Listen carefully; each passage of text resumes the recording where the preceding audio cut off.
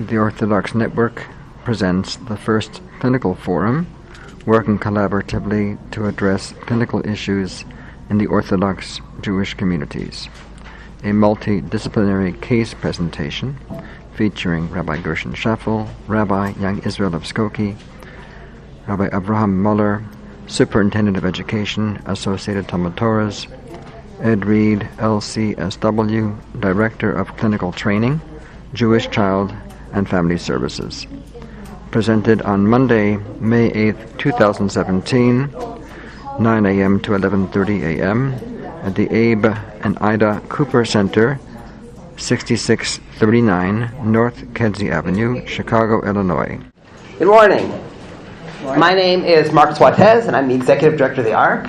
And on behalf of the Orthodox Network and the entire Planning Committee, I'd like to welcome you all to our communal, to our forum this morning. Sitting in this room are communal professionals, rabbis, and other leaders. And this is our first clinical forum in many years.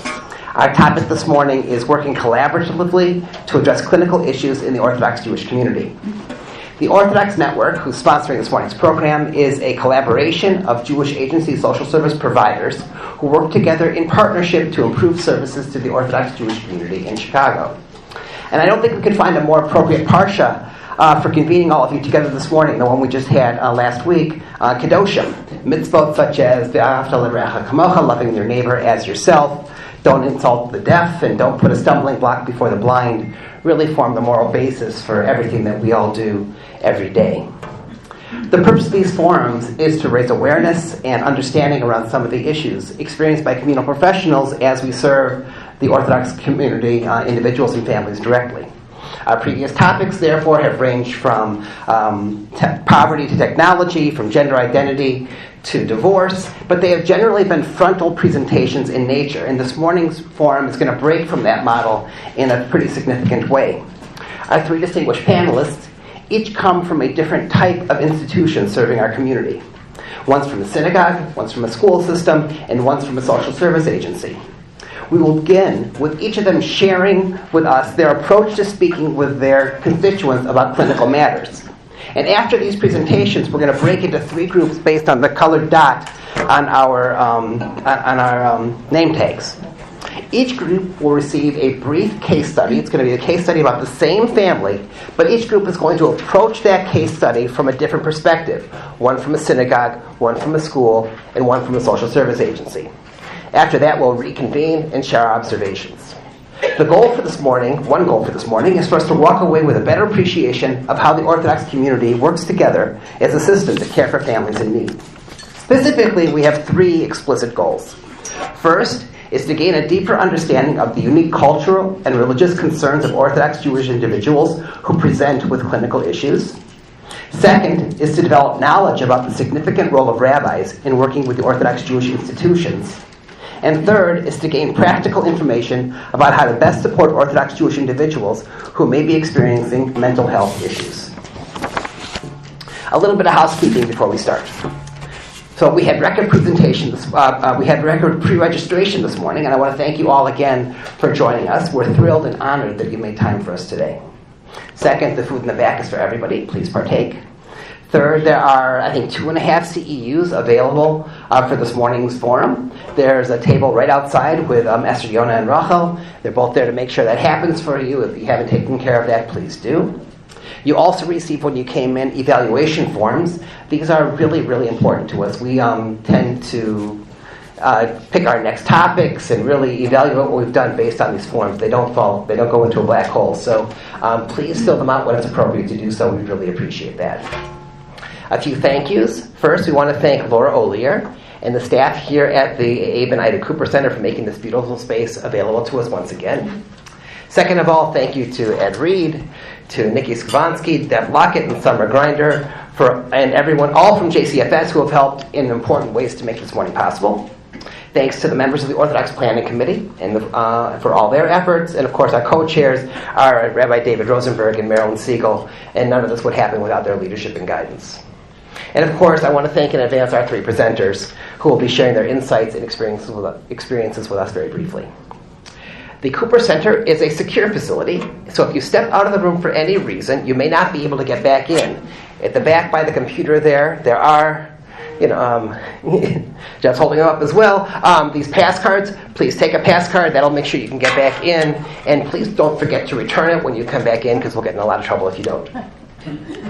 Okay, so again, the schedule this morning is as follows. Once I'm done, Robin Stein from the Response Center is going to introduce and moderate our three panelists. After the formal presentations, we're going to break up into groups. We'll reconvene from those groups after about a half hour of conversation. Then we will report back to one another. We're going to have a question and answer at that point, and then we'll summarize and wrap everything up. So, without further ado, I give you Robin Stein, the director of the Response Center.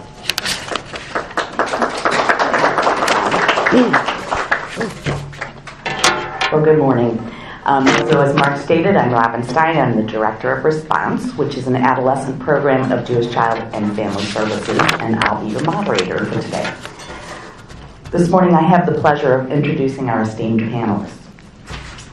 Rabbi Gershon Schaffel was raised and continues to live in Skokie. His wife Brandy is an occupational therapist who works in the North Shore, and together they are proud parents of their children. His primary position is Rabbi of Young Israel of Skokie, where he has served for almost 20 years. Rabbi Schaffel is also involved in publishing educational material that is distributed worldwide and lectures on a variety of topics from many different community organizations. Rabbi Schaffel received his bachelor's degree from the Hebrew Theological College and did coursework toward a master's degree in curriculum and instruction at Loyola University. Additionally, he received rabbinical ordination from Rabbi Shlomo Morgenstern, former dean of Hebrew Theological College. Several years ago, Rabbi Schaffel received a specialty ordination in the area of Jewish business halakha and became qualified to serve as a judge in a Jewish court based involving civil matters. Rabbi Avrohom Moller is the Superintendent of Education at Associated Talmud Torahs. Rabbi Moller holds rabbinical degrees from Yeshiva of Staten Island, Mesivta Tiferes Yerushalayim, Yeshiva Hagrad, Jerusalem, and Beis Midrash Gavoha. He earned a Master's of Art in Educational Administration from Loyola University Chicago. The Associated Talmud Torahs of Chicago serves the greater Chicagoland Jewish community as its central agency for religious education. Created in 1929, the ATT has provided a quality Jewish education to its Jewish youth through various educational opportunities. Currently, the ATT has an enrollment of 3,600 students in its schools and its summer programs. Mr. Ed Reed is a licensed clinical social worker with 38 years of experience in agency and private practice. He is currently the Director of Clinical Training at Jewish Child and Family Services, a graduate of the School of Social Service Administration, University of Chicago. Ed has been supervising clinical staff since 1982 and has held numerous previous positions, including Director of Regional Mental Health at the then Jewish Children's Bureau and Director of the Community Counseling Centers at Jewish Child and Family Services. Throughout his career, he has been actively involved in training clinical staff, specializing in teaching family therapy theory and couples therapy on a postgraduate level. In 2005, Ed was awarded the NASW Northeastern Illinois Social Worker of the Year. Each panelist will have 10 to 15 minutes to answer these questions. In your particular role, how do you approach a conversation with a congregant with clinical issues? What support and answers might they be seeking? What advice might you give? What resources might you point to? Who are the clinical partners that you would rely upon? And what other resources might you draw upon during these conversations?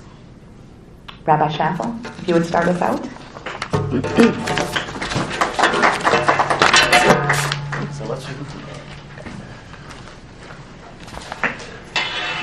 Let me begin also by thanking those who are responsible for this. I was in touch with David in Maryland. I have their emails right here. So that was very helpful in terms of that. All of the organizers and most of all those of you who are here dedicated to helping people achieve their potential and maximize all of the gifts that God has bestowed upon them. And we very much appreciate your work and your efforts in what you do. So in this, the amount of time which I have, we're going to try and get to the questions which were posed, but let me give just a little bit of background for those who are not as familiar with the Orthodox community, the Jewish Orthodox community, to explain a little bit about how mental health issues are going to have an effect, a slightly different effect or a different way of approaching it than perhaps in the society in general. Everybody is familiar with 6 degrees of Kevin Bacon. That you meet somebody, and it doesn't take too many people to go ahead and identify somebody that somebody knows somebody who knows somebody who knows somebody, and eventually get to Kevin Bacon. In the Jewish Orthodox world, it will take maybe 2 steps, and if you're really distant from that person, it will take all of 3 steps.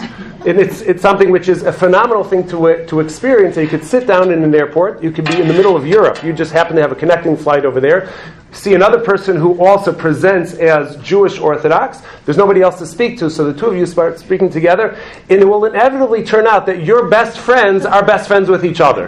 And it's something you didn't know that person, they didn't know you, but the community is as worldwide as it is, which is very great. It's a wonderful thing to be able to travel the world over and to find somebody who knows somebody that you know, but it means that the Jewish Orthodox community is also very tight-knit and very small.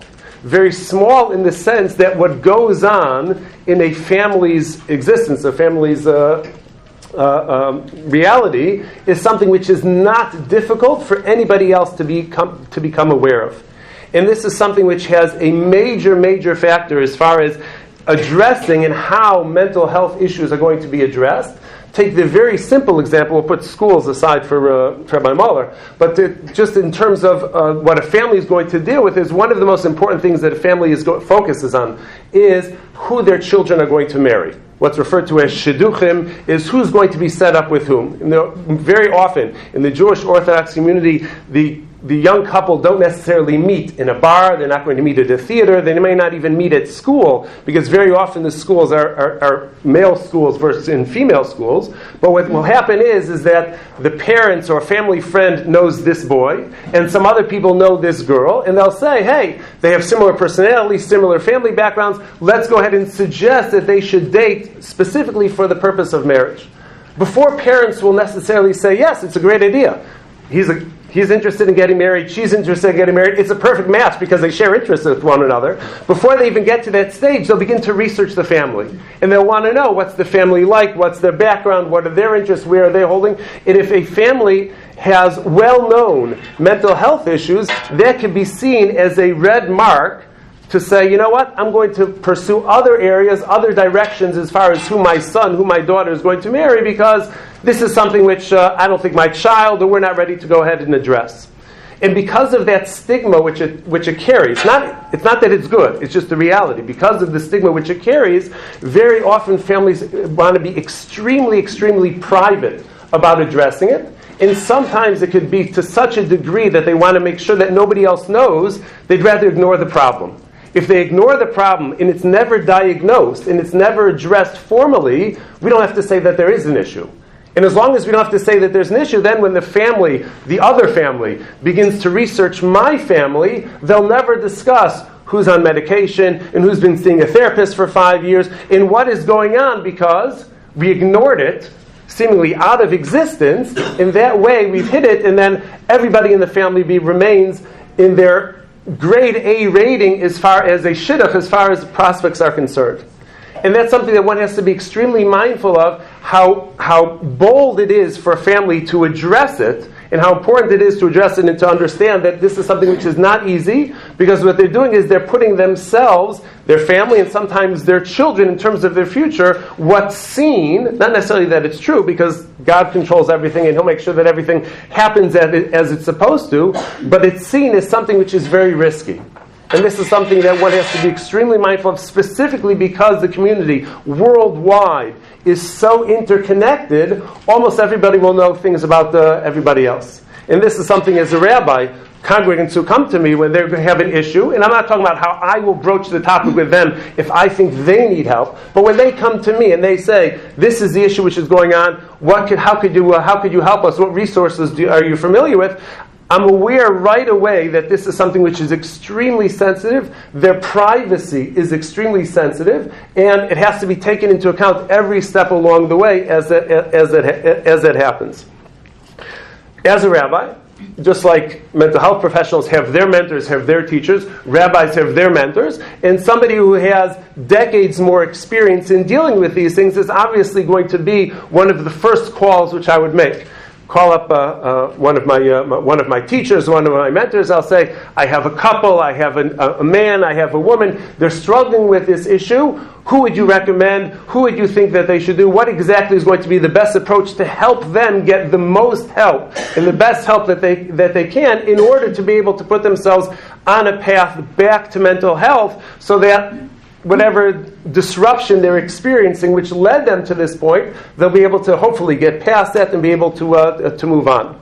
And that is, every rabbi has, they used to call it a Rolodex, but every rabbi has what would be their Rolodex of names and people that they've had experience with, that they've interacted with, that they've recommended to, and just their own experience of how the people, the feedback which they receive, that's how they're going to direct people. If it's OCD, they may go for this person, and if it's something which is marital counseling, they'll go in a different direction. If it's a child who is struggling with identity issues, you may send them to another person. Each person knows who it is that they're comfortable with and who has proven, who has a track record of doing good work with their congregants, and that's the direction that they would go.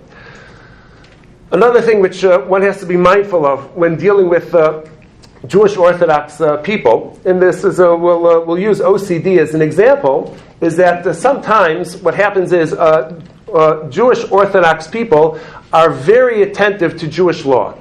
And there are laws which literally cover from the moment that you wake up in the morning until one goes to sleep at night. And then there are laws which cover the holidays, the weekly cycle, the monthly cycle, the yearly cycle, every step along the way. There are laws which have to be followed. And some of those laws have to do with cleanliness. Some of those laws have to do with things which in many ways can help foster somebody who has a tendency towards OCD. This could help foster that. And you could find young men who, because of the obligation, if you scratch your head or you touch a part of the body which is covered, so one has to wash their hands, so they become so obsessed with washing their hands, they literally can't get anything done during the day because they go like, oh, I gotta go wash my hands. And they go out and they come back and they wash their hands, and then they realize their shoes are untied and they tie their shoes and they gotta go back out and they gotta wash their hands, and they could spend a large part of their day washing their hands because one cannot pray and one cannot study if their hands are not clean, quote unquote. And this is something, somebody who has that tendency, it could get in the way. Another example, on the woman's monthly cycle, after she finishes the preparations, one of the things that a woman has to do before she immerses in the mikveh, in the sacred waters, in order to become permitted, that husband and wife should be permitted with one another again, is she has to go into that sacred bath, the mikveh. And there's a lot of preparation which has to be done. There can't be any material which will be an interposition between the body and the water. So again, a woman who has a tendency towards OCD could spend literally the whole day in a bath and in the shower, going over, making sure that there's absolutely nothing on the body, a little scab. I don't even know if you could see it over there, but a little scab like this, I could get a call from a woman who's spent the past 3 hours trying to address a little scab like this. What am I going to do? How am I going to get it off? Is it going to be a problem or is it not going to be a problem? And one of the things which will be important for you, the mental health professionals, to know and to use us, the rabbis, as a resource, is if you have people who have that tendency, if that's what you're addressing for them, and they're telling you, there's nothing I can do because halacha, because Jewish law says this is what has to be done, and this is the procedure, and it's uncompromising, you should tell them, or if they're willing, maybe have a meeting together with one of the community rabbis to set a plan for that person as far as what is absolutely necessary for them to do, what are considered to be stringencies which are nice, which in their situation should really be suspended, must be suspended, and you should be aware that what a person will tell you is something which is essential and cannot be compromised. With consultation with the rabbi, most often a plan can be put in place which will help that person address what the mental health issue which they are dealing with. At the same time, give them the comfort that they're still within the bounds and they're still within the parameters of Jewish law, because from experience, if you start telling them that they should start what they perceive as violating Jewish law, that's going to break the relationship, or that's going to weaken the relationship that you have with them, and then your clinical skills will be much more difficult for you to be able to accomplish what you want to do. But if they know that you have the support of the rabbis, and you've consulted with the rabbis, and the rabbis have told you, given this information, this is what they should do, that will give them the confidence, and that will make it easier for them. Hopefully they've listened to the rabbis. But that will give them the confidence that what you're instructing them to do and what you're advising them, guiding them, is in their best interest, and it is within the parameters of Jewish law, and it's something which is which they should go ahead and they should do. These are two of the things. The sensitivity to the stigma that mental health, again, not for good, for bad, but it's the reality, the stigma that it carries and how sensitive it is to the family as a unit, even if it's one child who's suffering, but the whole family can be affected by that, and they will see that as something which is potentially damaging to themselves, and the role that the rabbis will play in helping you help that client in terms of where their mental health issues and Jewish law issues begin to intersect and potentially be a conflict with one another. To help alleviate that, the only way that you could do that for the patient is for you and for I or for other rabbis in the community to work together and to collaborate to make sure that we're on the same page and that the client is getting the best services that they can. I think that's my 10 minutes. Thank you so much. I'm good.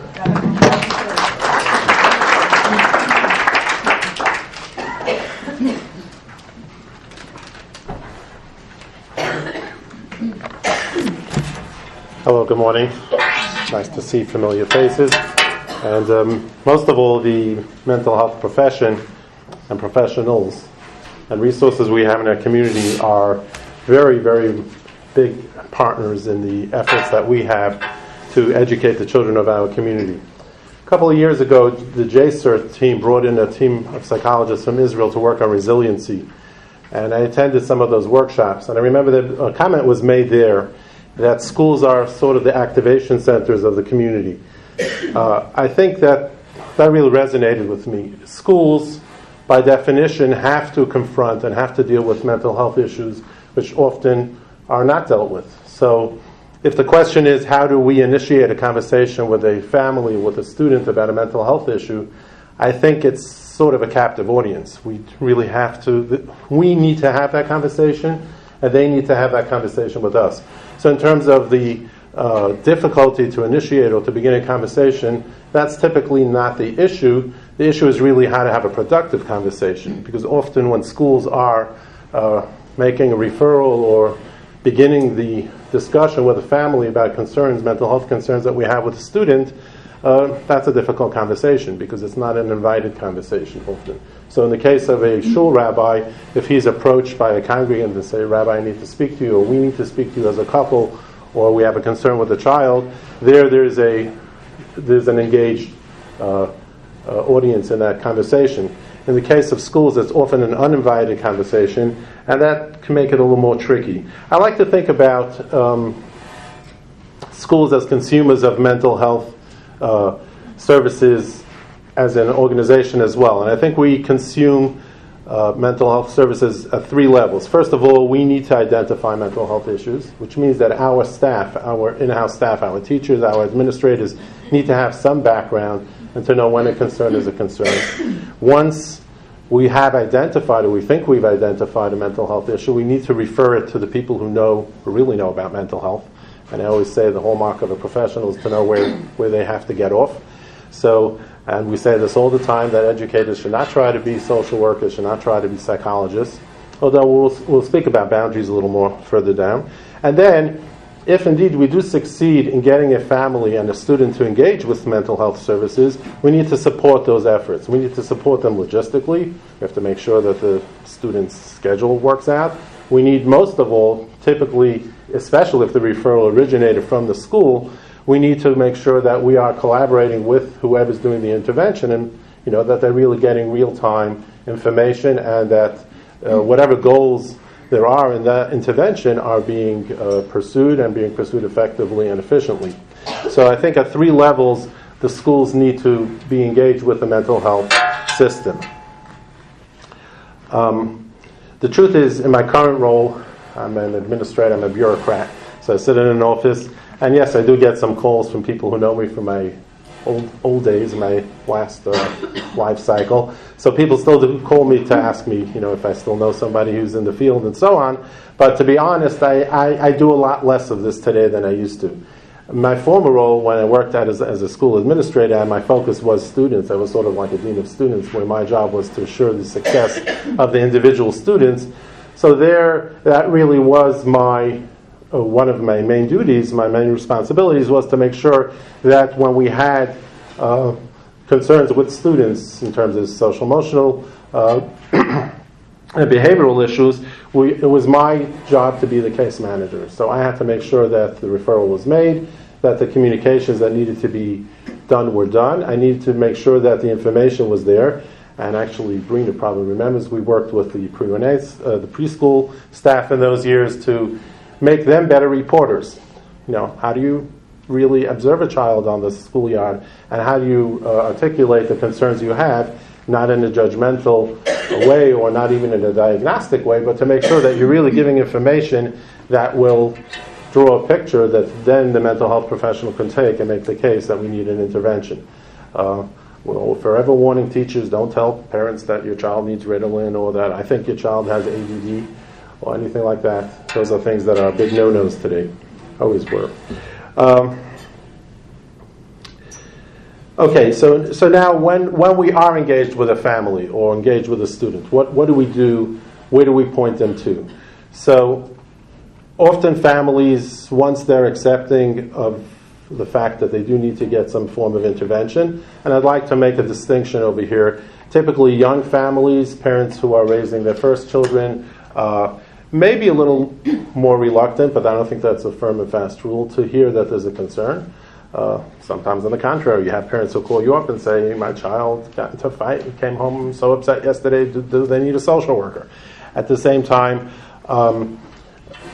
often because they have less experience and they haven't at least experienced it for themselves in child rearing, they get much more overwhelmed by whatever it is that we're concerned about. I can tell you, as a father of many, many children, my wife and I always laugh how our oldest child, who gave us a good run for her money, she's a wonderful person, she's 30 years old today, but by the time our third and our fourth adolescent daughter was doing the same, it was like no big deal. We can handle it very easily. So yes, there is some comfort in having been there and done that. So in terms of younger families, often the support we have to give them is we have to calm them down. We have to get them to take really a sort of a proportional, correct response to what they're dealing with, and then to start helping them identify where they need to go for help. Now that is logistically quite a difficult task today. Rabbi Schaffel was referring to his Rolodex.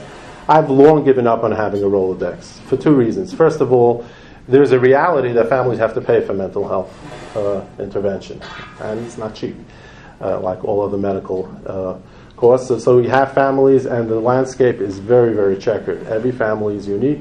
Some are on public aid, some have very gilt-edged PPOs, and everything in between.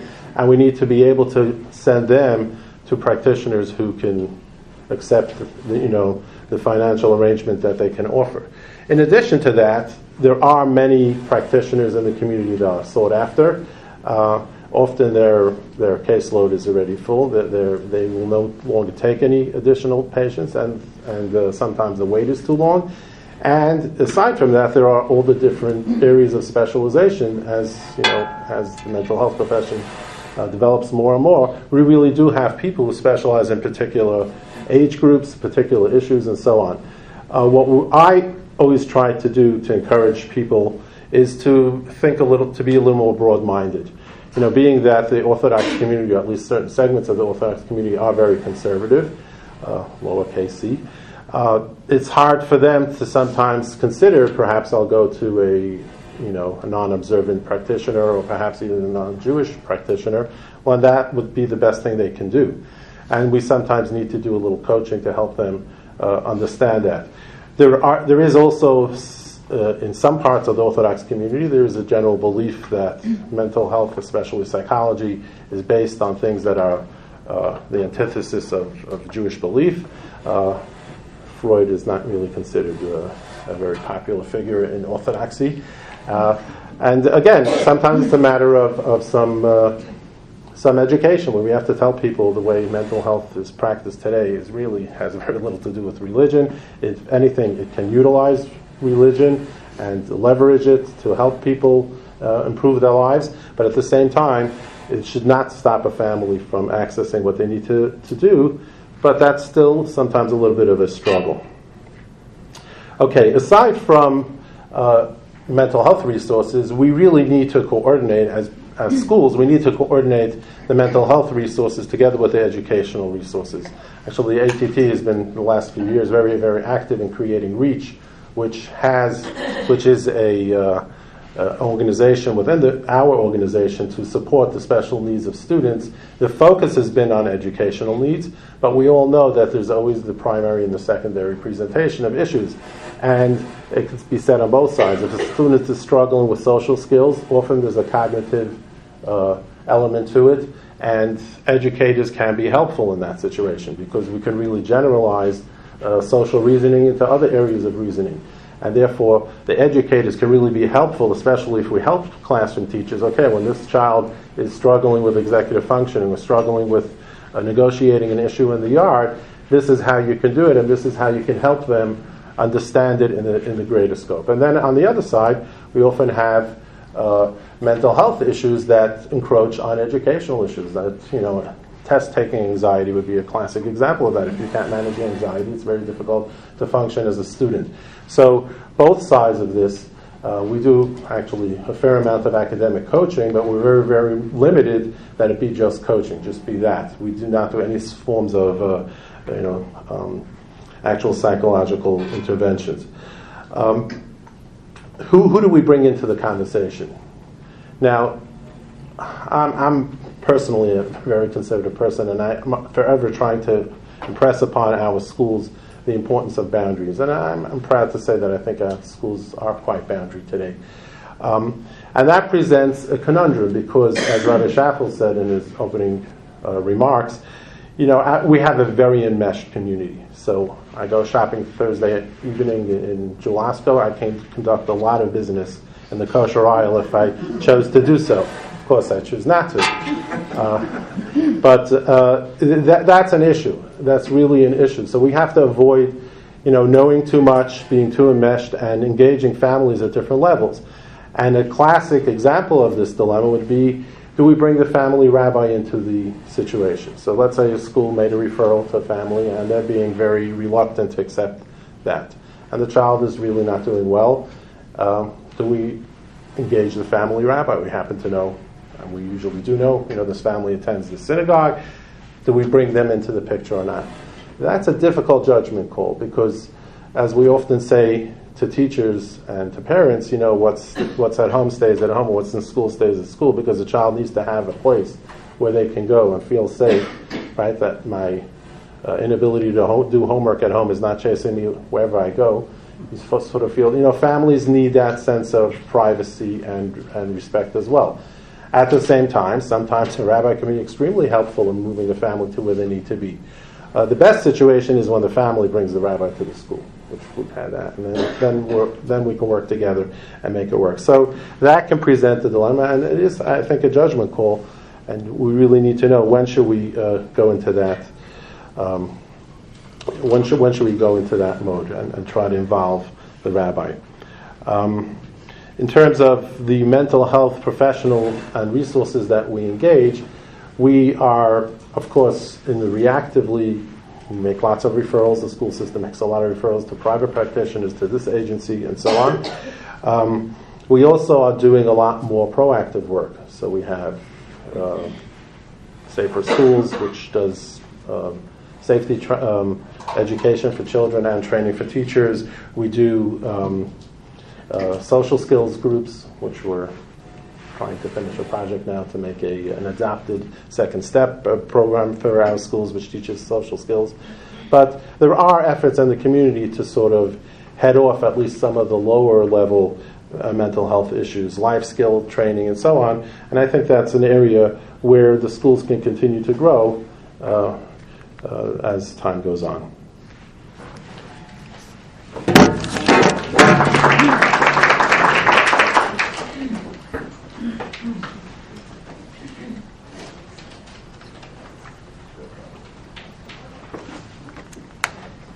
people mind if I don't use the microphone? Can you hear me okay? No? Okay.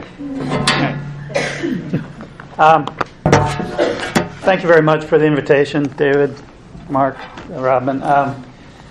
It's very nice to speak at an event as opposed to plan events. That's a lot of what my job involves these days. So I'm not 100% sure why I'm here today, why I was invited as a speaker. I know I'm a clinician. I'm not Jewish. I was raised as a liberal Protestant. I have a lot of observations about the Orthodox community, but those are sort of from outside the community. But as Rabbi Schaffel was talking this morning about the person who needed to wash his hands frequently, I had a thought that kind of went through my head, and I'll share that with you. It's something my father used to tell me. My father passed away about 5 years ago. So my father said, he would repeat to me over and over again, Ed, don't be afraid to get your hands dirty. And that stuck with me. And I think what he meant is don't be afraid to plunge in and work hard and get the job done, whatever it takes. Because you can always get your hands clean. So that thought has stuck with me. But I also thought, gee, it's interesting kind of cultural comparison between one culture and another. Different message about doing things with one's hands. So anyway, that's just a thought I had as we were going. Thank you. So as a non-Jewish clinician working in the Jewish community for many, many years, I have two rather obvious observations about the Jewish community. The first is that I sincerely believe that the Orthodox community is extremely resource rich. There are tons of resources. Even though it's a very small community, there are tons of resources within this community, and it's structured in a way to be incredibly supportive. Much of that support comes from organized structures. Much of that support kind of comes from informal networks that people have developed among themselves. And it's quite impressive.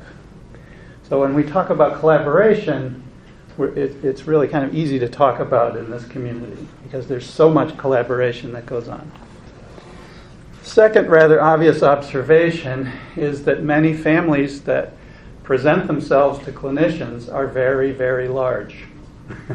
And that presents some unique challenges in and of itself. It presents challenges for parents, and it also presents challenges for clinicians. Who to invite in for the first session? How many people can you fit in your office? How busy are people's schedule, and are they even available to come in to be a part of the first assessment that you might do? So those are wonderful things, but they also present challenges. And I think my other comment is I think the Orthodox community pays a lot of attention to life cycle events. Lots of people participating all the time in life cycle events, births, deaths, marriages, lots of support around major illnesses that families might have. People really come together and rally around each other, and that's quite impressive. But I think there are sort of these socially accepted things where that happens, and then I think there are other issues that come up more in the mental health sphere where it's not so easy, and it's not. There aren't the same kind of structures naturally built in, and I think the community has worked hard over the years to develop those resources and to pay attention to those things, and I think the community deserves a lot of credit for that. And I think Rabbi Schaffel commented on a couple of things that kind of naturally get in the way of people approaching mental health professionals, which is that concern about what does this mean about our family and what does this mean about the potential for our children to marry. Is there some sort of stigma that's carried with mental health issues? Is there shame involved in that? And how public can we be about that? How private can we be about that? And then that enters into the equation of who one looks for in terms of a clinician to work with. Do you, as an Orthodox individual or as an Orthodox family, do you want to work with someone who is in that community, who you might know in other contexts? Are you going to work with someone who's Jewish but not part of the Orthodox community? Or do you want to work with someone who's not Jewish and sort of really lives outside that community?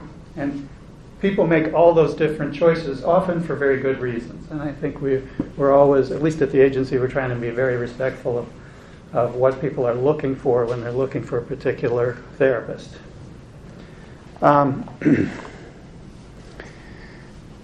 So those of you who know me pretty well know that I'm a kind of a systems therapist. Many of you have participated in the training that I offer in the agency about working from a systems point of view. Some of you are actually in some of that training right now. So some of my comments as I go forward are going to sound a little familiar to you, hopefully. But I kind of think of when a client approaches me, in addition to thinking about who they are as a person, what kind of individual concerns they have, what kind of fears they might have about entering into this process, or what kind of anxieties they might have, which I'm always willing to explore and very sensitive to. I'm really often thinking from a system point of view, and I'm thinking who's in what we call the direct system and who's in the indirect system. The direct system are generally people who are involved in the presenting problem, whether that's a problem that exists within an individual, or it's an interpersonal issue within the family, or it's a school issue. Who's involved, who's in the direct system, and then who's in the indirect system. So often family members are in that direct system. Sometimes, though, other people can be. And then the indirect system is often other collaborating professionals, school personnel, rabbis, synagogue rabbis, and also you can include in that indirect system sometimes extended family members, and also sometimes they can be in the direct system. So extended family members often are involved in childcare and helping the family in lots of different ways. So I'm thinking who's in the direct system, who's in the indirect system, and often what I'm wanting to do is, at least initially in my initial assessment, I'm trying to involve as many people as possible from that direct system in the assessment. Now that doesn't mean they all have to be in the same room at the same time, but I'm going to want to talk to as many of them as I can and try to get their understanding of what's happening in their life that we in the clinical world call the presenting problem. And then once I do that, I'm going to want to think about who in the indirect system do I want to get in touch with, and who might be very helpful to me in understanding the direct system's notion of the presenting problem, and who do I want to talk to. So first of all, I always want to talk to the person who referred the client to me, if that's possible. Generally that's a rabbi. Generally that's someone from the school. But these days I can't do that. I used to be able, years ago, I used to be able to just call that person up and have a little conversation. I can't do that now because of HIPAA. So we need the consent of the client even to talk back to the person who referred the case. So that's the first step. And then who are the other significant people in that indirect system that I think I need to talk to? I figure that out, and then I have to have a conversation with the client or the clients about, is that okay with them? And can they give me written permission to do that? So that's quite a process. That's a very time-consuming process. It's an information gathering process, but a very important one.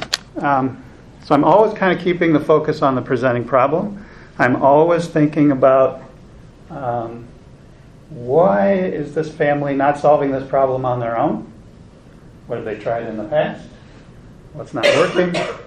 But why aren't they doing that? And I'll generate a lot of hypotheses about that, and I'll test those hypotheses out with the client. And then I'll think about what are all the factors participating in them not solving that problem. We call those constraints. And then I kind of look at all those constraints, often one by one, as we go along in the therapy, as a way to help then the family resolve their own presenting problem. So that's kind of the way I think about the work that I do, and that's kind of the way I think about the whole process of therapy. So I'm always generating these little hypotheses, and I'm always having them disproved, and then I'm coming up with new ones. And it's kind of a fun process, actually. The other thing that, interestingly, I've seen happen is that many families come to us, at least at the agency, and they already have a couple of people involved in helping them solve the problem. Sometimes those are other therapists. Sometimes they're key people in their extended family. And often one person in the family has kind of taken on the role, often the mother, but not always, taken on the role of being the family's case manager. So they're talking to all these different professionals who are helping, and they're kind of coordinating things. And sometimes that works really well, sometimes doesn't work so well. And sometimes one of the questions we had is what will I advise people sometimes? And sometimes I'll actually advise them to let the professionals be the case manager, let someone in that helping system take over that role so they don't have to really worry about it so much. And sometimes that's okay with families, sometimes not. I always kind of work with a sensitive balance of kind of allowing the family to be in control, but kind of telling them what I'm thinking as well. Okay? And I think sometimes my other observation, and I think it's, I don't know why this happens, but I think it does happen, but when there are multiple therapists involved in a case or in a family's life, they're often not communicating with each other. I don't know why that is. I don't know if that's because it's so difficult with the HIPAA laws to get all the consents that you need to talk to each other. I don't know if professionals are so busy and so time crunched that they don't have time to really talk to each other. But I just think sometimes that gets missed, and I think that's not such a great thing all the time.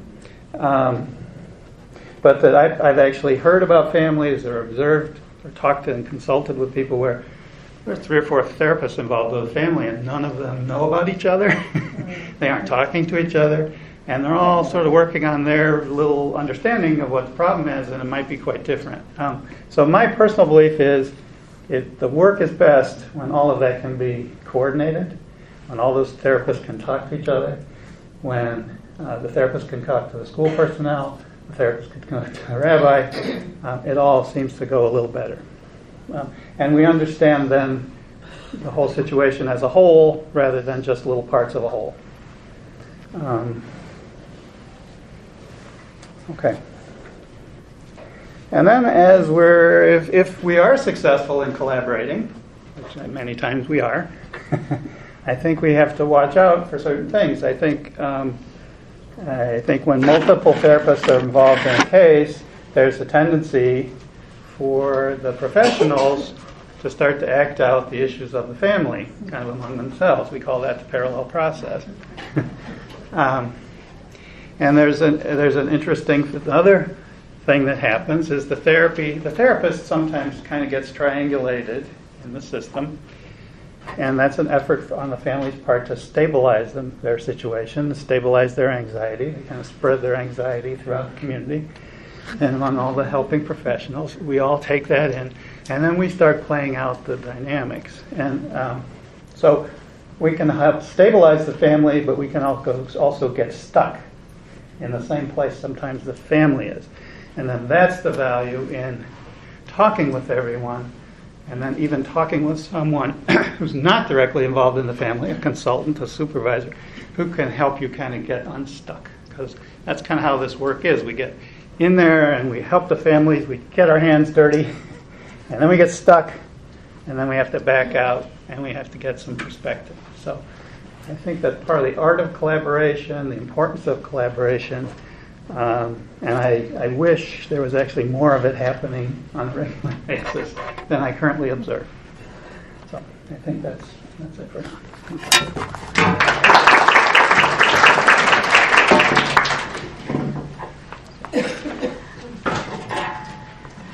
I think what Ed just talked about is a wonderful segue for the group case presentation that we're about to do. I am often reminded of when we initially get an intake, doesn't matter from what community, and the issues seem fairly straightforward and easygoing, and then a few weeks in or a month in, the onion starts to unpeel, and the layers become evident, and it's a complex process. And certainly if you're having multiple therapists involved, someone working with the child, someone working with the couple, maybe somebody's doing the whole family, that gets even more challenging just to make sure we're all on the same page and communicating. So today will be a test of your collaboration. All right, so we're going to be breaking up into 3 different groups according to the colors on your stickers. So if everybody with yellow stickers could please gather in that side of the room and just move the chairs around into an oval, a circle, whatever works. And Rabbi Schaffel is going to join you with the yellow tag. Everybody with red stickers, if you could form a circle in the middle. I know this will be a little bit challenging, but I have faith.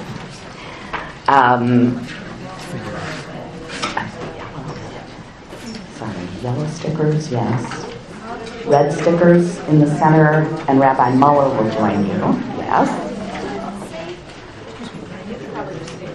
And blue stickers over here by the windows on this side, and Ed will be joining that group.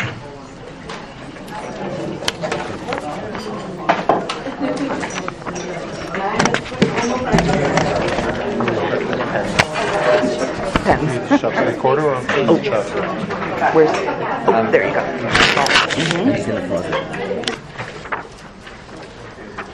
Okay.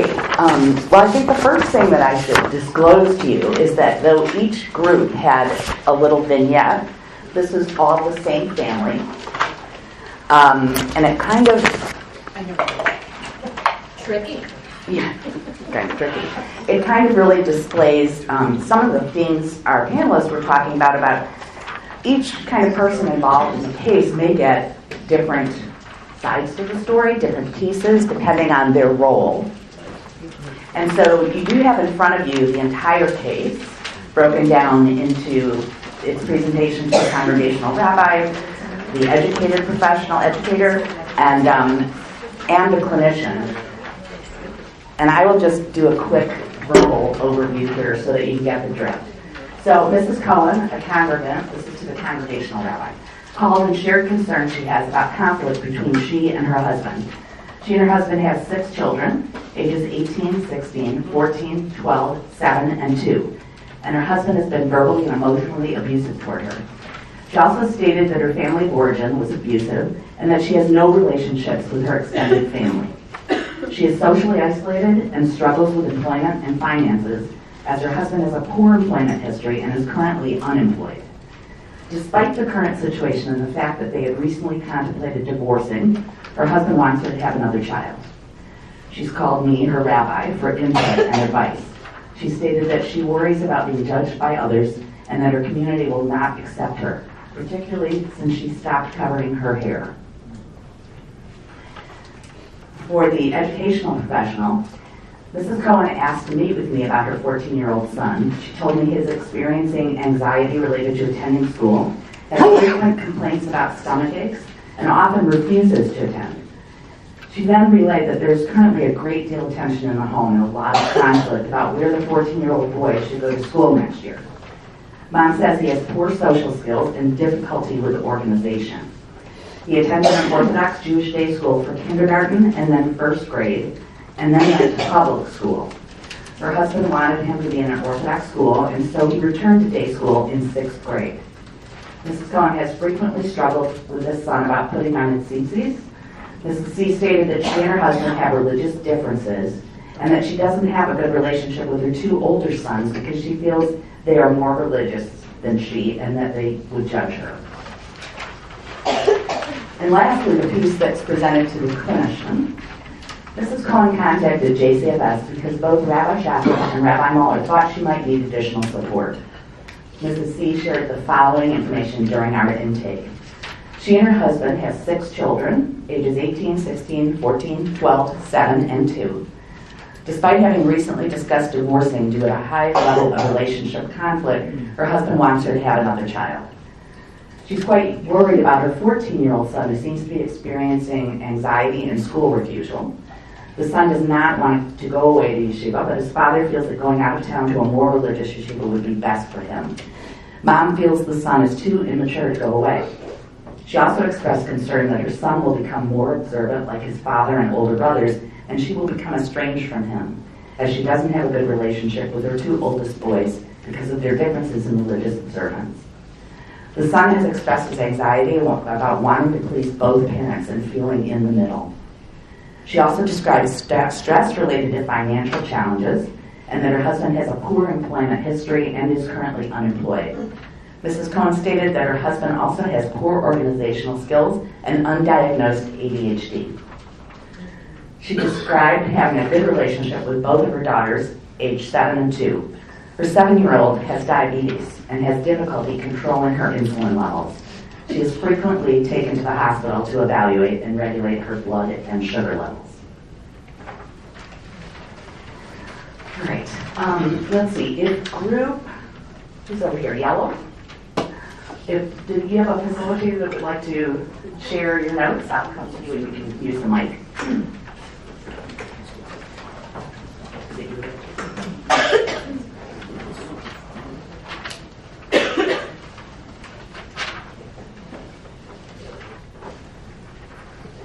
Good morning. So our group was looking at the case from the congregational rabbi perspective. And so I'll just go through what we identified first as some of the dynamics around the Orthodox family. So first was the issue around having more children. So that was the first thing we identified. We also talked about the covering of the hair, and somebody had indicated that that could be an indication of a crisis of spirit. And somebody also wondered about whether there's some health issues related to the covering of the hair. The issue of the larger shame around religious observance. We talked about, because of the abuse indication, that the rabbi would want to think about referring to shalva. We also noted the lack of larger family support, that often with these families that there is a lot of larger family support, and with this family they indicate because of the abuse history that there is not that type of support, and so that was pointed out. We also recognize that this might be what we would consider an ideal agency type referral because of all of the identified pieces, and that sometimes somebody in private practice might not have the time, energy, wherewithal to do all of the case management pieces. So this might be a good case for that reason, to refer to an agency. And then the other piece which we identified was the social isolation, and that the rabbi might have some resources for some type of women's group or some way to alleviate the initial piece of isolation. So then some of the other pieces we looked at, that the congregational rabbi sort of started by saying, I really need to have more background on this family. This is a lot, and this probably has been going on for quite some time. The rabbi wondered about, had I observed any of this, in shul, any of this kinds of conflict in the relationship or any kinds of abuse.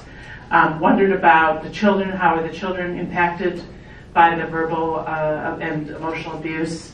The rabbi hoped to start by trying to encourage the family not to worry about some of the long-term issues, but maybe to start in the here and now, focus on some of the most important salient issues. Wondered about the model for the children in terms of the observing of both the verbal and emotional abuse, and would want to kind of say that it might be helpful for the mother to talk to somebody to look at some other perspectives on her situation. In other words, a referral to some kind of a professional resources for financial, sometimes those might be an easier way to start with the financial resources. The suggestion was that there would need to be a couple of therapists, one for the spouse to begin to have her focus on some of her issues around the isolation, the abuse, and then a couples therapist. The importance of connecting with the school gets a little bit of information about how the children are doing. The concern about case management, that there would be a lot of need for case management. And also that the concept of the developmental stage and age of the family, that this could be a transition period for the eldest son and some of the other kids in terms of where they're going to be going, maybe away from the home. And so some concerns about the developmental life of the family. Anything else? Group? Okay, thank you. Thank you.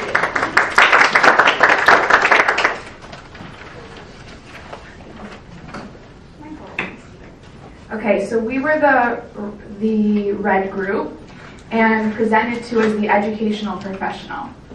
So we first started talking about priorities, and one big one that came up was the question of, is this child attending school currently? So just ensuring education and academic needs are met, and the urgency of that question.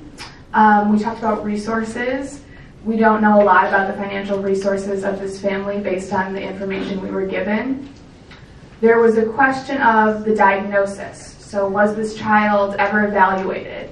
And the need for a possible referral for testing, academic testing, medical testing, to get more information about those questions. Is this 14-year-old acting out conflict between mom and dad? So we didn't have a lot of the information that was in the other vignettes, but I think that question is relevant. Making sense of why he was moved from the day school to public school, and potentially using information from the public school about his performance when he was at public school. I think I mentioned medical evaluation. The question of what is the parent looking for in presenting this to the educational professional. So what would a resolution look like for this family? Finding out more about the 14-year-old social circle, how he does with friends, and what does the school see when they're observing him in terms of behavior and academics. And so those priority questions overlapped a little with the unique Orthodox dynamics questions, but under that category we talked about understanding the switch from the day school to public school. So looking at through a systems perspective in light of the conflict between the mother and the father's religious beliefs, and trying to get more information about that. The meaning of him not wearing the tzitzit, the importance of where he's going to school and high school in the community, and the importance of this for his future. How the family handles their religious differences, so finding out more about that. Are religious differences a cover for something else? Other kinds of conflict in the family. The added stress of switching back to a private school from a public school, so being behind or judged in terms of the religious expectations that this 14-year-old is faced with, and the dual curriculum, so the big difference in the switch from private to public and back. And I think that was it for our group. Am I missing anything? Okay. Thank you.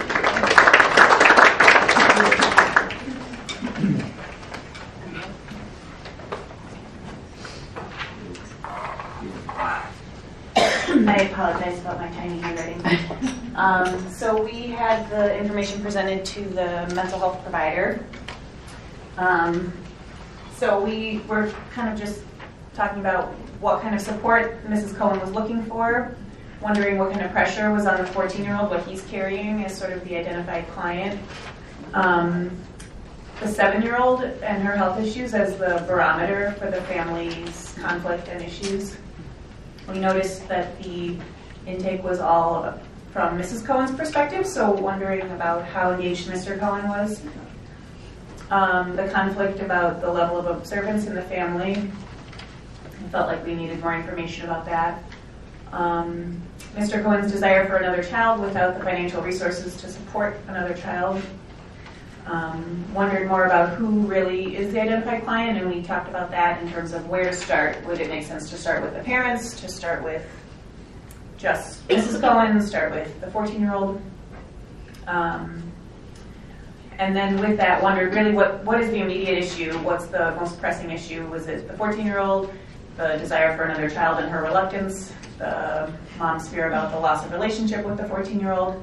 And then someone picked up on the domestic violence somehow, even though it wasn't in our write-up, and wondered about assessing for domestic violence in the family. In terms of the ways that orthodoxy impacts the case, we talked about the religious belief that God will provide, and that one should continue to have children until you're not able to anymore, that some families hold that belief. We talked about Mrs. Cohen's comments about her husband's undiagnosed ADHD and wondered if that was an issue where his mental health issues were ignored when he was younger, or whether that's just her wondering about her husband's struggles. We noticed the alliances in the family were along the gender lines. We talked about how we don't really know the father's perspective, so we don't know how concerned he is with these issues, since it was all from the mother's point of view. At what point should the therapist speak to the rabbis, or would that be a place to start? What are the religious and educational goals for the sons in the family, which can be a really important thing in terms of fitting in religiously. The enmeshment possibility between mom and 14-year-old, the mother's sense of control over whether or not she would have another pregnancy. We wanted more information on the 14-year-old's issues in the school, and more information about the financial struggles and what resources might be available in the community to help.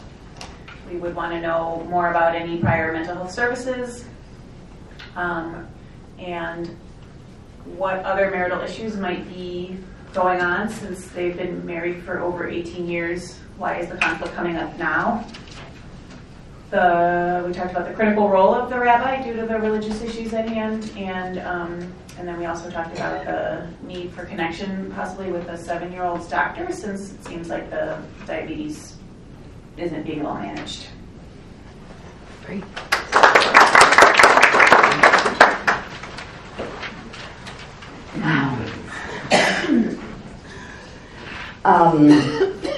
We're opening up for Q&A at this point, or thoughts, concerns, questions about the vignette, how people might handle it, anything that significant came up for you as you're listening. I just think it's so great that we have 3 different views, and that it's so realistic about it. This is so real world, really, and it's just terrific. All of a sudden, when you talk to someone else who's working with a family or any kind of client, you're what?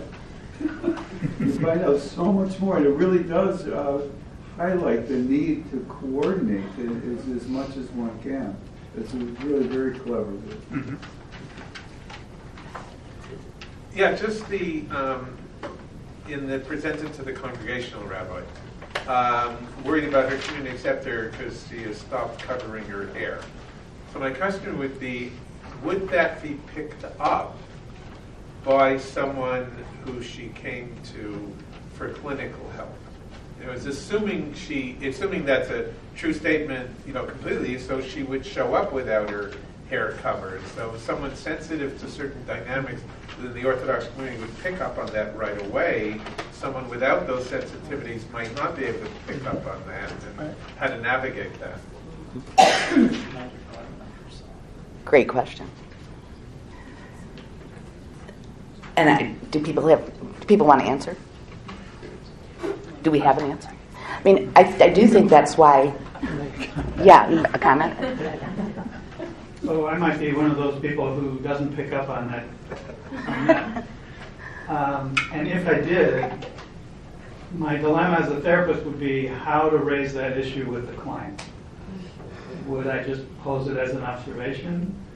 Would I just file it away in my head and wait for something else to emerge? It's a really good question, what one would do with that clinically. But I think I think we could all agree the first thing you would not do is raise it in the first session. Well, I'm curious, Rabbi Gershon, since you're speaking from the congregational perspective, is how you would respond to that if a congregant came and was not covering her hair. If this was the first time she showed up and she wasn't covering her hair, I would probably address it because if somebody who for 18 years plus has been covering her hair outside in public, and all of a sudden she doesn't, and she doesn't when she's meeting with the rabbi.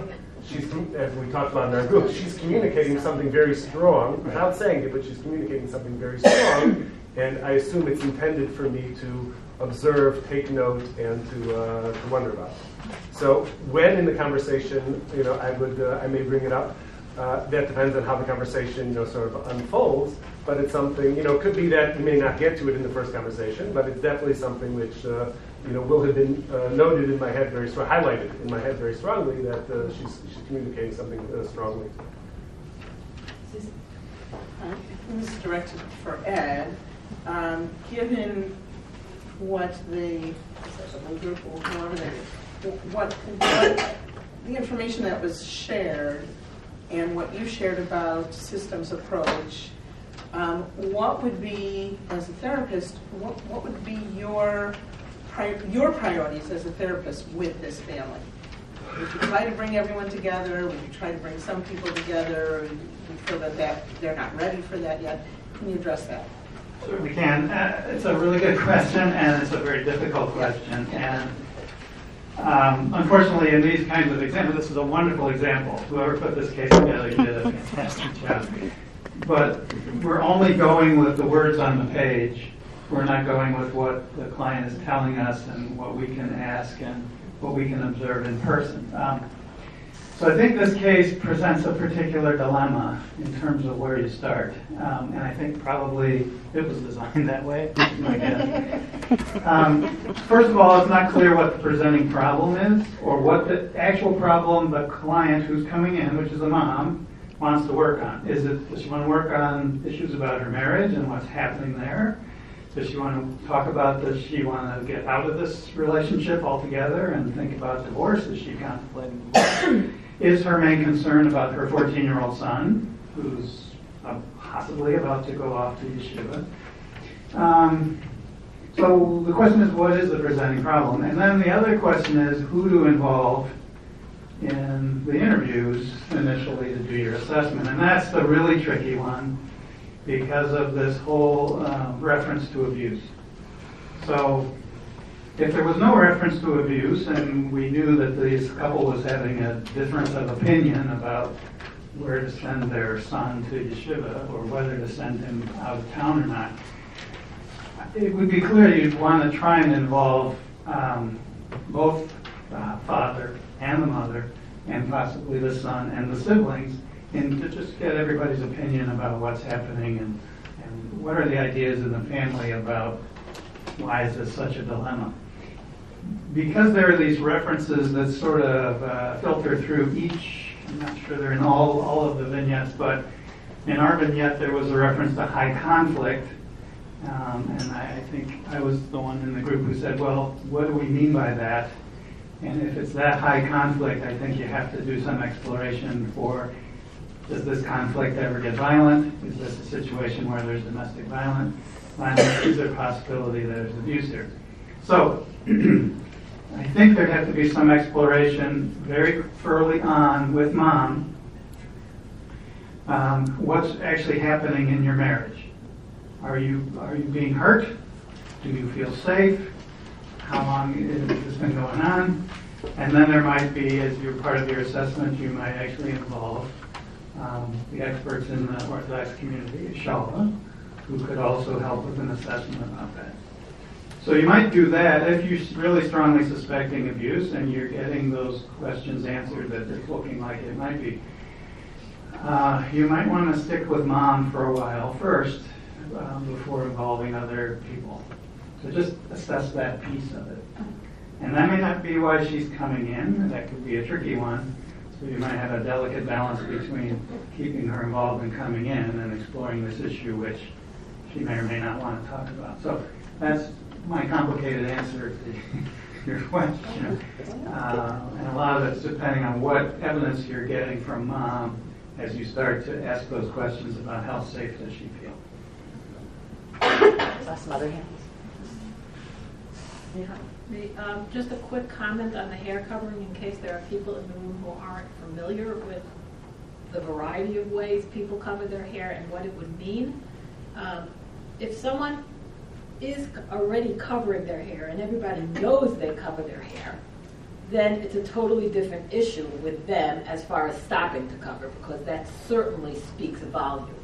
However, I think it's important for everyone to know, and those people who do work in the Orthodox community, that there are many fine, observant women who do not cover their hair but keep all the other basic tenets of Judaism, which is they keep kosher, they honor the Shabbos, they keep the laws of family purity. So they identify as Orthodox, but they don't cover their hair. And thirdly, a person not all that familiar with what hair covering looks like could think that somebody's not covering their hair, when in fact they are covering their hair. And I've been covering my hair for close to 40 years, and sometimes I can't tell if it's a wig or not. So I just think it's a much more complicated piece that many clinicians wouldn't even know. And understandably that you wouldn't know. I was just going to say also about the hair covering. Both within the school and in the clinician one, Mrs. Cohen had said she's feeling judged. She's worried about feeling judged. And that could be at some point an opening to say, what does that mean? And that could be an opportunity for her to explain about the hair covering, or how would that manifest itself in her community, and that could give more clues and ideas as to, and that could be what she was referring to about being judged. Maybe to Rabbi Schaffel, in your initial comments that you made when we first started talking about families who want to have shidduch arrangement for their son, for their daughter, and so forth. So yes, that is a construct that is happening, that has happened for generations. But this is sort of a real general question. Do Orthodox rabbis, and of course that is a very wide bend, I understand. I speak for them all. Yes. That's what I need. That's what I need. So, do Orthodox rabbis, enlightened Orthodox rabbis, ever speak to forums or their congregations or groups about the fact that to not seek help in many areas of your life, which could, if you sought the help and got the help, the marriage could be stronger, the children could be stronger, everything about the family could be better, and then in the future, that young man, that young daughter, there would be no shame because they sought help, as opposed to the opposite. In other words, are rabbis becoming enlightened to the belief that help is out there, but we have to help some families get it and not feel the shame in not seeking the help? A long question. Yes. I will begin by talking something nothing to do with this dimension of mental health. There's an advantage for a person who's about to die, who knows that the end is near, to confess their sins that they've committed over the course of their lifetime. And obviously a person who's physically ill, to go in and to say to them, you might want to think about confessing right before you die, because who knows when that will be. It could come at any moment. Obviously, that's not very good for the patient, because when they start warning, do you want to sign your last will and testament? That makes them a little nervous. What they instituted in the city, if I remember correctly, it was Vilna.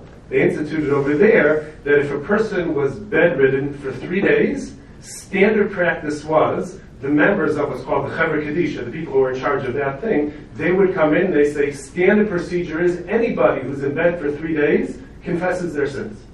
And that way it didn't come with a stigma, because they're just here because I've been in bed, I've had the flu for 3 days, they're going to come in and they're going to go ahead and they're going to say to them, and nobody thinks that I'm anywhere near the end of my lifetime, but if it's standard procedure for everybody, then you don't feel bad, you don't feel nervous when they come in and do so.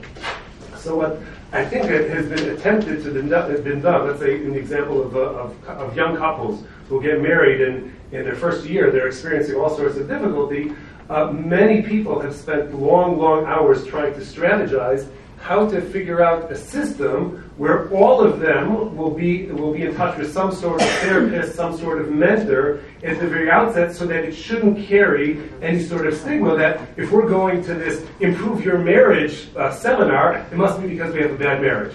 And that's what keeps people away, because if I go there, it's already making a statement. So they offer incentives. You'll get a dinner challenge. You'll get whatever it's going to be. They'll just make it that this is, if I teach you the laws of what it means to be married, you're going to be in touch with me, X number of times in the first year. And I don't think we have anything formally in place which has been lasting, but those types of things, we're aware that it's a very delicate thing, and collaborating together to come up with some way where everybody's addressing it together, that's everybody's, on everybody's priority list, I think.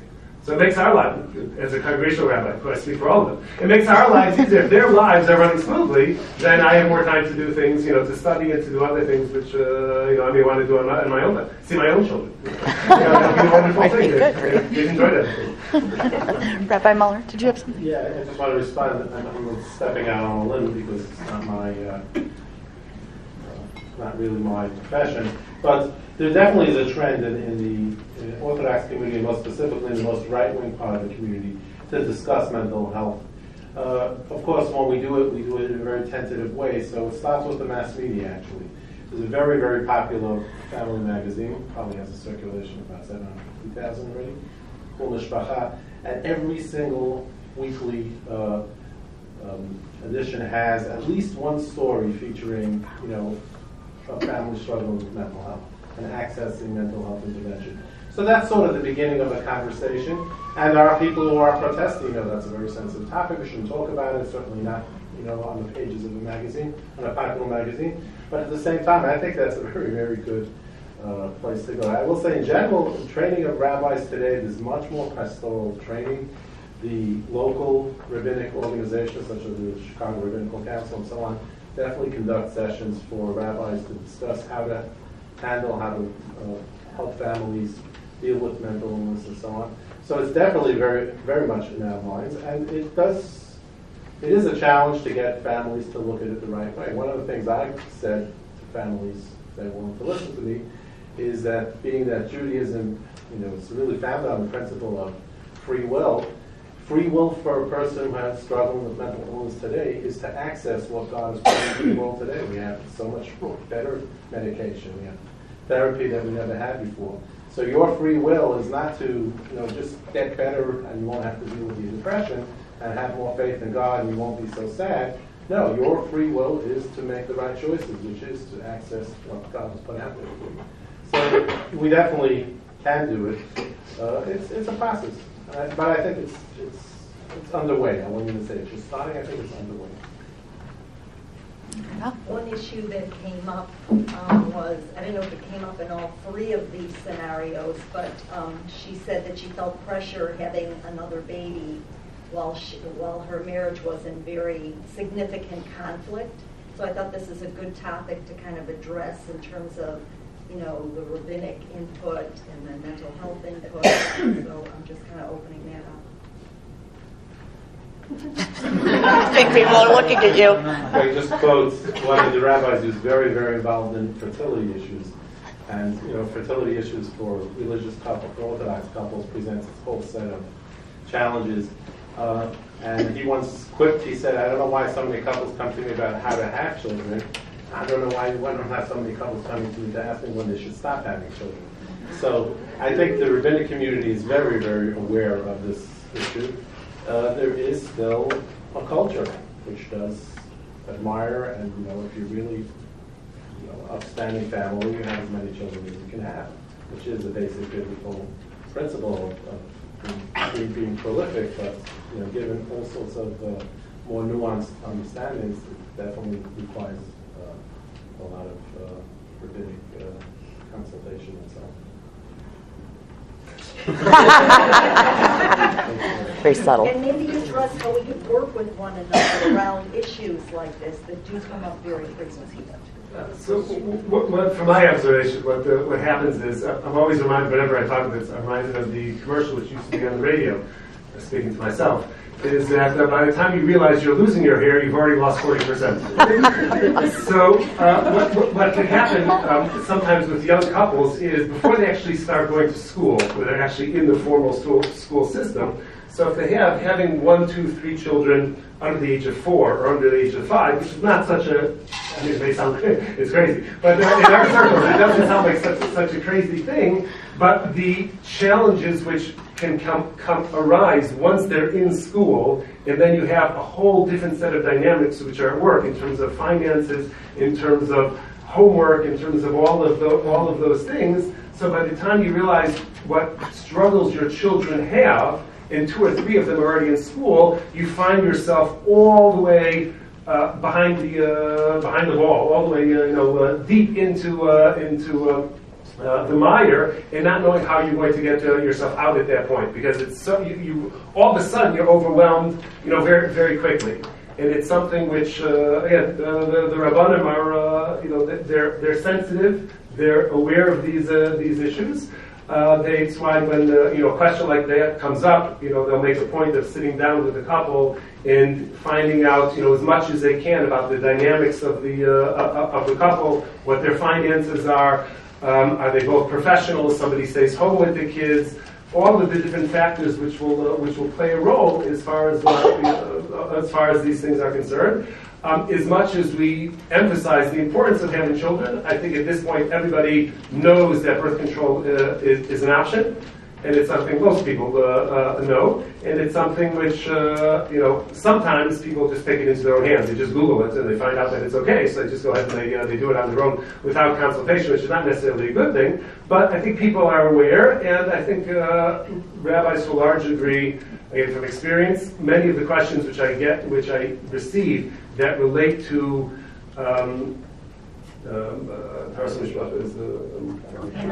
family purity laws result from women being on birth control.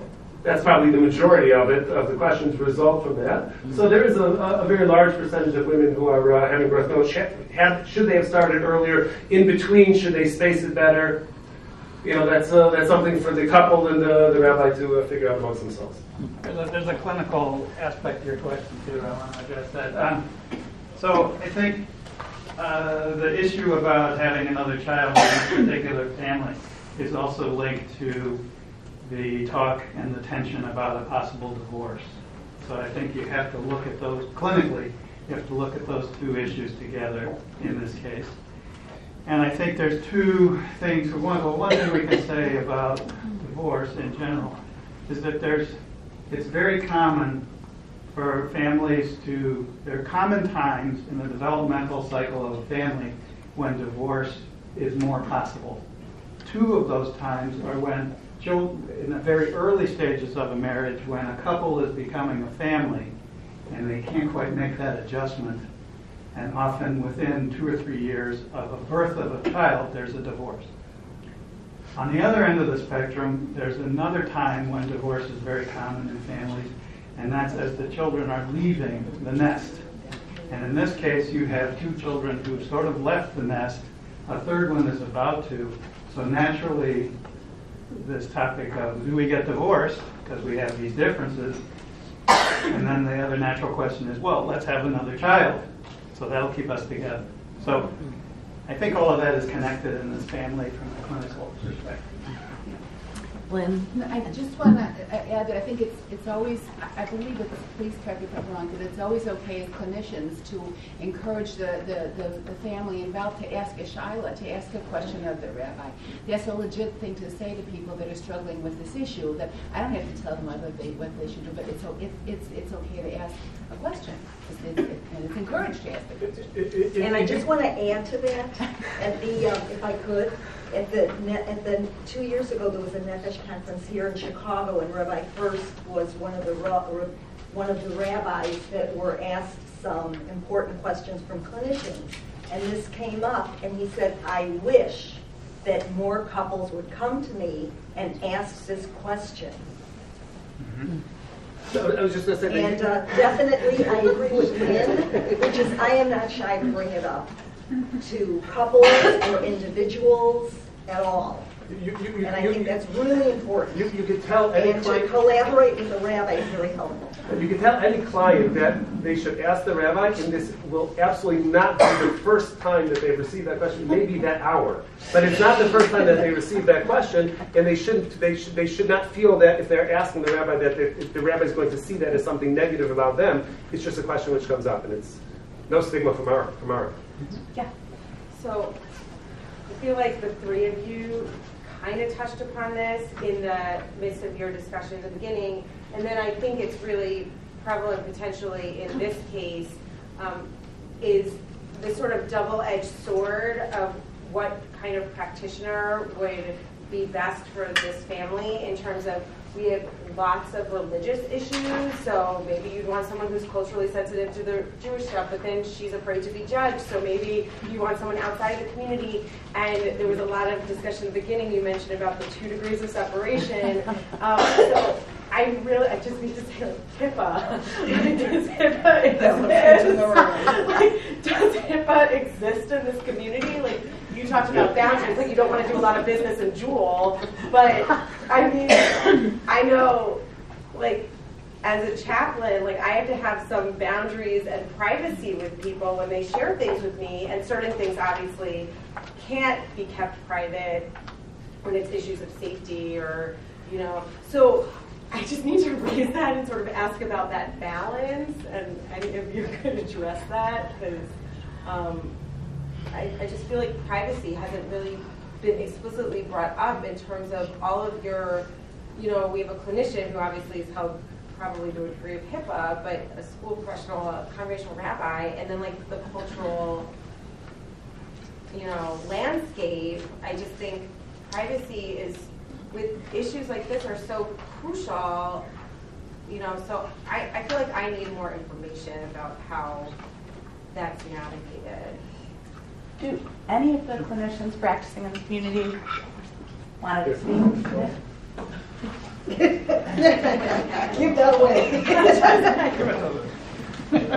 I'm Debbie Karnish. I'm the school social work consultant for REACH, and I'm in a lot of the schools, and this question comes up a number of times.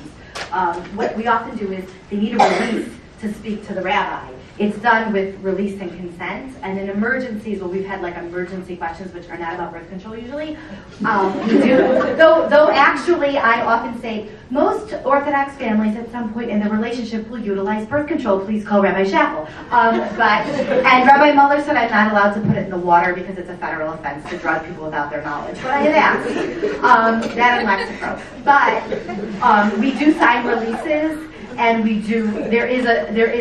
I had to say something. There are releases, and it's done with consent. And the rabbis are very familiar. Like if I call and say I don't have a release, I want to run something by you, I don't give any identifying information, or I say I sent a couple to you, I have a release, call me when you're ready, and we have a conversation. So they're really very clear about having those boundaries, if that's helpful too. But it's all done. Well, I guess I'm thinking about in this case, you know, she's afraid of being judged by the community, but I guess it's really like, why would the community know that she's, you know? I missed the entire presentation. Okay, but just in terms of the, now she's walking into JCFS, so I guess that's, I'm thinking of the whole picture. The talking which takes place, the way these types of things are communicated and distributed is not, I don't think, it's generally not through the rabbis, and it's not through the clinicians. She may mention it to her sister, she may mention it to her best friend, and people should naturally have HIPAA, you know, controls over their mouths. The reality is that they don't.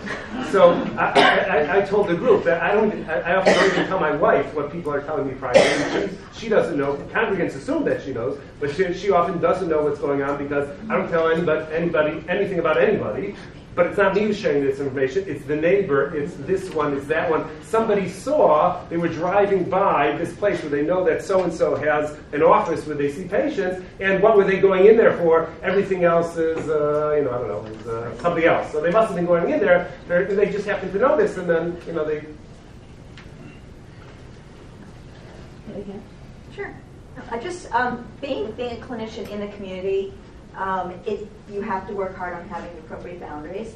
A rabbi and a clinician may both know that they're each working with the same person, but if there's no paperwork, it doesn't come up. We may often, though, promote the other. Oh, have you spoken to Rabbi Stein? I think it'd be really great. I may help guide the conversation. I've had clients who may not ask the shaila the way that's most useful for a rabbi to hear. So I help guide them. Oh, well, make sure you discuss the financial situation. Make sure you, and I help give those notes over. And I'm sure that the pastoral rabbi is likewise, oh, have you spoken to your clinician about that? I think there's a lot of cross encouragement. Yes, walking into Jewel is often definitely... For the record, I did not say that I conduct business. No, just no. You were absolutely clear. The opportunity presents itself. Right. No, but that you don't. Right. I see clients at the shul. I see clients at the dentist. I see clients at the park, and they know where I conduct my business and where I don't. So boundaries have take effort, and depending on the client, and a lot of clients present for anxiety. So even in the very first session, if I have an Orthodox client presenting for anxiety, I want to explore with them how they're going to feel if they bump into me somewhere else. Because I don't want them to flee because they got scared. You might bump into me at Hungarian, and would you like me to say hello or just go down another aisle, and we're going to talk about it so that they feel protected and they feel safe. Great, thank you. I do that with my congress. And for those of us who work with teenagers who may also have jobs in the immediate community, we have to be upfront about those issues. But you may see me, I may see you. How would you like to be addressed or not? I'm sorry. So I think we're kind of addressing also a universal fear, and I think it's in your question somewhere, which is if I give words to my private thoughts, the whole world will know somehow what I'm thinking or what my issues are. So that's, I think, a fear that everyone carries around, and I think that's one of the primary fears that interferes with people seeking help. They're afraid. And they're afraid when they talk to all three of us. They're afraid when they talk to you. And we have to always be sensitive of that. And I think it's the issue of everyone will know when I give words to my fears or my thoughts is universal, but I think it's more it's a more difficult issue in a much smaller community.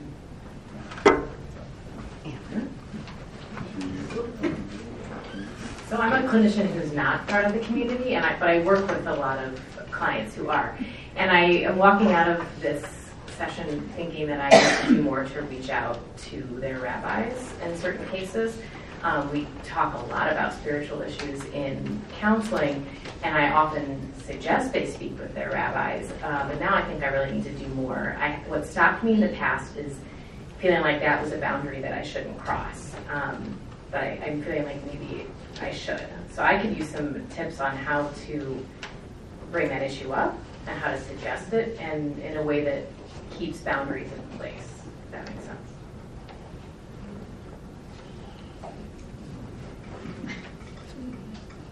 Add to that, if I may. In terms of school involvement, once we have the team together and we really are working together, I would say, in my observation, when we're talking with a school-age client, it's really an ongoing process, and it can be a multi-year process. And you have teachers coming and going and other staff that are coming and going. Typically, those teachers are really, it's really only unilateral involvement. In other words, they'll report perhaps to the case manager at the school, how it went this week, what were the rough bumps and so on, and they'll pass it on to the therapist, release and so on.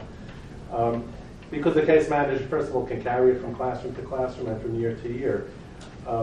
It is still a dilemma for me. How much should the school be aware, make it a business to be aware about the other dynamics of the specific problem? I'm a big believer, and maybe because I have to advocate for my schools most of all, is that schools simply cannot overwhelm themselves with all the other stuff. It is a boundary issue, first of all, but let's say we are aware that there's a serious marital issue in the family. Okay, how much responsibility could the school take for that? Of course, you have other people who are taking the lead on that. And there are all kinds of legal stuff that comes up. We have protection orders that we have to respect, and we have other things. Sometimes someone has to come and testify in custody cases and so on. And my posture has always been, of course, with legal counsel, that schools should avoid it like the plague. We should really not get enmeshed in those aspects of family struggles. First of all, because we're not cut out to do that, and we're not going to do a good job. But I think more than everything else, it's not going to be helpful for helping the student. The student needs, again, to be able to compartmentalize. I have a life at school and I have a life at home. And I can't have that my principal or my case manager, whoever it is that's taking the lead, is totally familiar with all the other things that go on in the home. Yes, they have to be supportive. They have to acknowledge that I struggle with certain things at home. But I think that's pretty much the limit. I mean, it's hard to generalize these things. So I think that's something I struggle with every single day. Because sometimes the other side of that is if these other issues are not being addressed, then we can't really do anything effective at school. If the child's life at home is so terrible, then who are we fooling? We can send them to the resource room and they can see the social worker once a week and all that, but the real issues are not being addressed. So how do we get that help? Get in, get it going, and then be helpful to the process and supportive of the process, but then we maintain those boundaries. I think all of that is figuring that out. Time-wise, I think we have time for one more. I just want to make one observation that within the Orthodox community, there are multiple individuals that don't have a rabbi. We're making assumptions here that everybody belongs to a congregation or that everybody has a rabbi. But there are many, many families that don't have a relationship for whatever reason with a local Orthodox rabbi or any rabbinic council in their life. And that itself presents other issues and adds other complications to the case. So I don't want people walking away thinking that everybody who's Orthodox has a rabbi in their life. Wow. First of all, I want to thank Rabbi Schaffel, Rabbi Moller, and Reed, and Robin. We do these a year. This must be my 10th one, and this was special.